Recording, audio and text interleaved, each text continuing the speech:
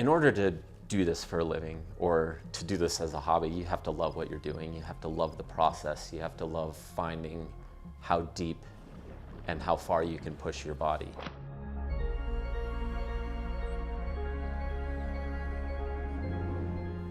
You have to be in control of the mental, the physical, and the emotional throughout the entire build and definitely throughout the entire race. There's times where, there's workouts that you really need to be willing to push yourself and dig deep and bury yourself in training. But there's also times where you just go out and ride your bike.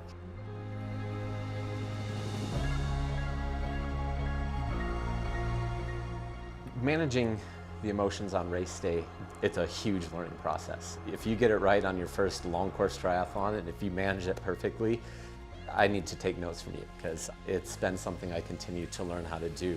Yeah, I mean, you're constantly learning how to manage the emotions, but also use them to your advantage when it's time.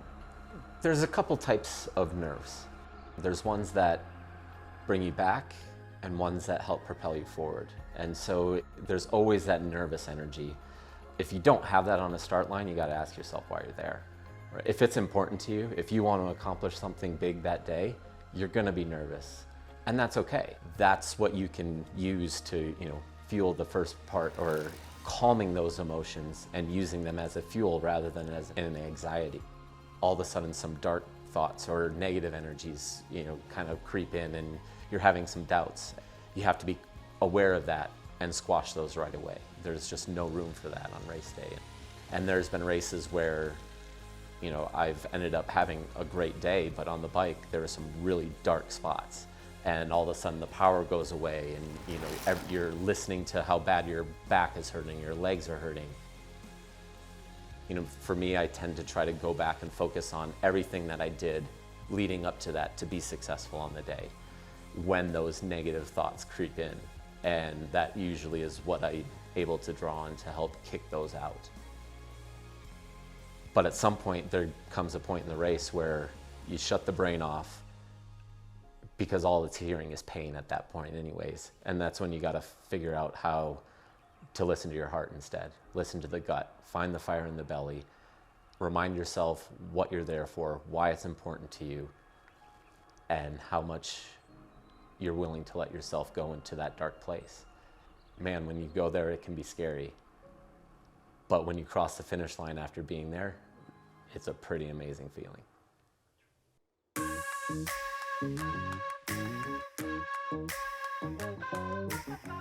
The first, 500 meters of the swim, they can't win you the race, but they can definitely lose you the race. And that can be by either not going hard enough or letting the emotions take control of you, and you go out so fast that you get so lactate and then you just get swum over.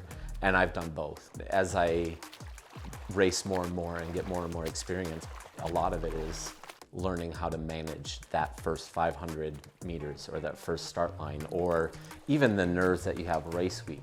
The first championship race, for example, that I ever did, when the first time I qualified for Kona, there was so much nervous tension. Anybody around me could see it, and you're carrying that around, and by the time you get to the race start itself, you're a mental noodle.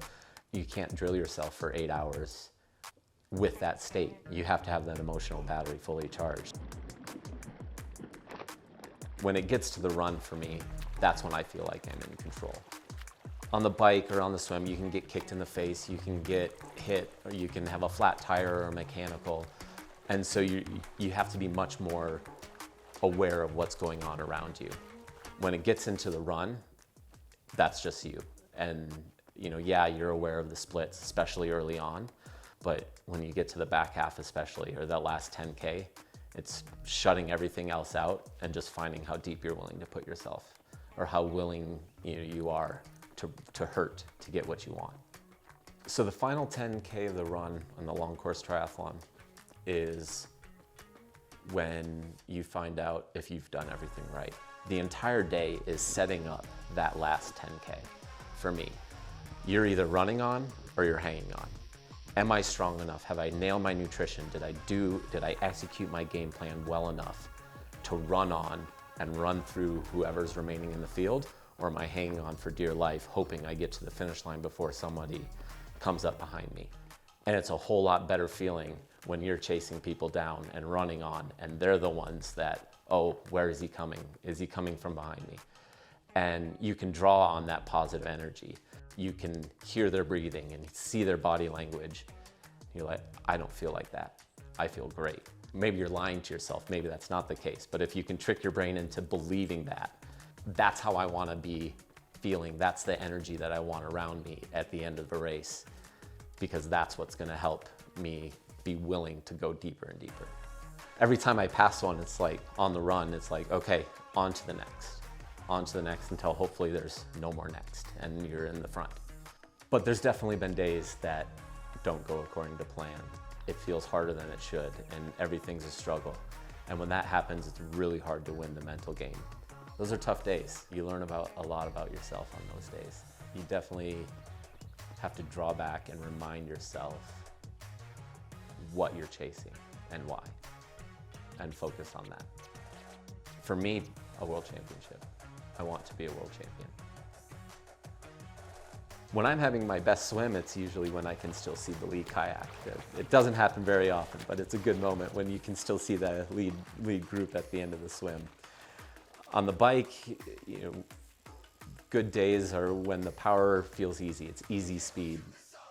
And on the run, the good days are when you feel nothing. You're just numb and you're just in the zone and flowing. And there's not many better feelings in the world.